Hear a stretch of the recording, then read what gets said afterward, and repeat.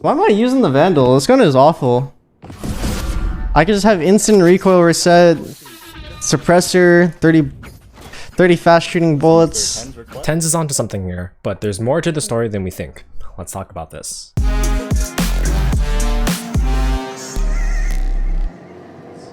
As long as Valorant exists, there's always going to be the ongoing debate between the Vandal and the Phantom, and which one is better in the meta. Although some may say that it's up to personal preference, there's some facts about each of these guns that makes the Phantom just the better choice right now.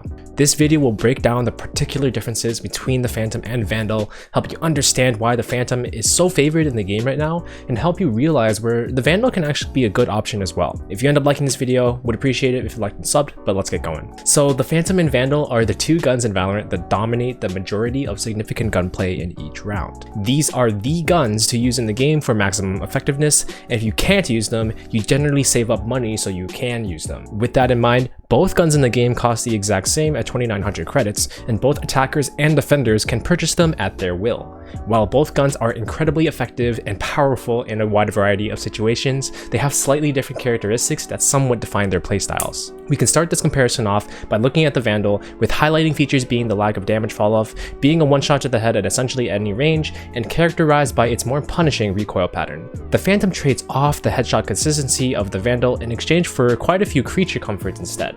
It fires at 11 rounds per second compared to the Vandal's 9.75 and has a slightly more user-friendly recoil pattern, but exchanges this for damage falloff past 15 meters. It also has its typical silencer on board, making its tracer not visible, and you can't hear the firing sound of the gun past 40 meters except if you're looking at the line of fire. With these differences, you might actually think that it's not enough to really call one of these guns better than the other, but there's some other subtle things that don't sound like they mean a lot, but they're actually decently significant. The first one here is the first shot accuracy between the two guns. The Phantom presents a 0.2 degree variance, whereas the Vandal has a 0.25 degree variance. In practice, this means that the Vandal will be less consistent than the Phantom on the first shot, even though the Vandal may always have that first shot kill threat at any range. In practice, this actually significantly changes how guns feel in burst and tapping scenarios, because there are occasions where the Phantom will literally hit a shot where the Vandal may not. The Vandal can have no damage falloff and stronger range potential than the Phantom, but if your shots aren't going to connect, nothing's going to matter. This is actually a pretty significant difference when it comes to longer range battles, because there's going to be a lot of cases where the Phantom will actually edge out on the Vandal due to this fact, even though on paper the Vandal may have a stronger range profile with its lack of damage falloff. Another undervalued component of the Phantom is actually its magazine size when compared to the Vandal.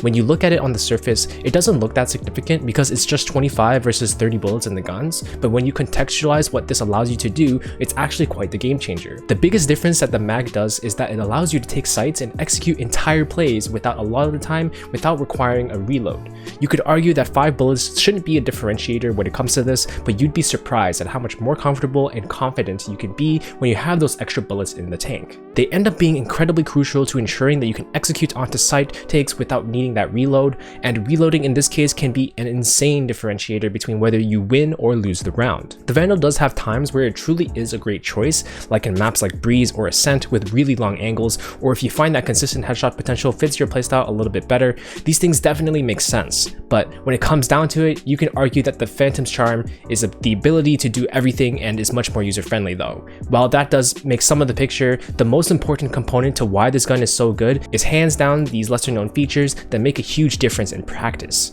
Hope this video had provided some insight to you all, and I'll catch you in the next one. Stay fresh.